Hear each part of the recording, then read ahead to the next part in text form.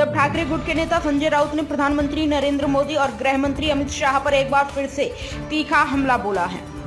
राउत ने कहा कि नरेंद्र मोदी बिना किसी डिग्री के देश के प्रधानमंत्री बने हुए हैं, जबकि अमित शाह के पास भी कोई डिग्री नहीं है और वे देश के गृह मंत्री पद पर काबिज हैं।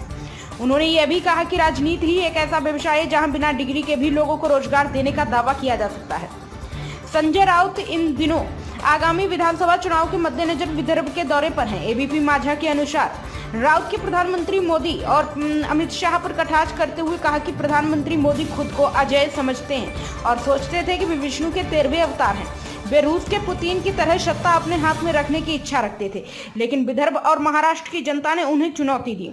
उन्होंने यह भी कहा कि नागपुर के लोगों ने लोकसभा चुनाव में निजी संबंधों के कारण नितिन गडकरी को चुना, लेकिन इसके बावजूद देश में अब ऊपर से नीचे तक भ्रष्टाचार का बोलबाला है। हालांकि लोकसभा चुनाव के नतीजों के बाद स्थिति में कुछ बदलाव आया है और राउत को भरोसा है कि विधानसभा चुनाव में भी तस्वीर पूरी तरह बदल जाएगी। राउत ने नागपुर में बढ़ती बेरोजगारी पर भी चिंता व्यक्त की और कहा कि यह स्थिति केवल एक संसदीय क्षेत्र की नहीं बल्कि पूरे देश की है। उन्होंने महाराष्ट्र में उद्योगों के बाहर चले जाने पर भी सरकार की आलोचना की और कहा कि जो भी इस मुद्दे पर बोलता है उसे जेल में डाल दिया जाता है। उन्होंने खुद पर झूठे आरोप लगाकर जेल में डालने की कोशिश का आरोप लगाया और दृढ़ संकल्प व्यक्त किया कि वे चाहे मर भी जाएं लेकिन शिवसेना नहीं छोड़ेंगे।